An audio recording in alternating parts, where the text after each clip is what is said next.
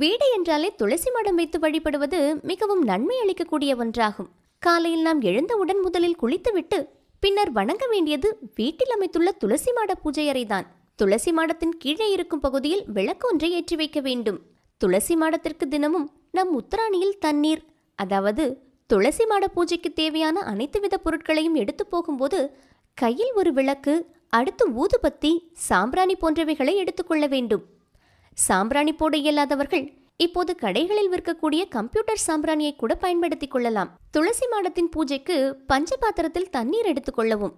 அடுத்ததாக பூஜைக்கு செய்யும் பூஜை மணி, அதன் பிறகு கற்கண்டு, இல்லை என்றால் திராட்சை பழ வகைகளை பூஜைக்கு வைத்துக் கொள்ளவும். விளக்கேறிய பிறகு துளசி மாடத்திற்கு சூடமேற்றி ஊதுபத்தி, சாம்பிராணி போன்றவற்றை காட்ட வேண்டும். சாம்பிராணி காட்டிய பிறகு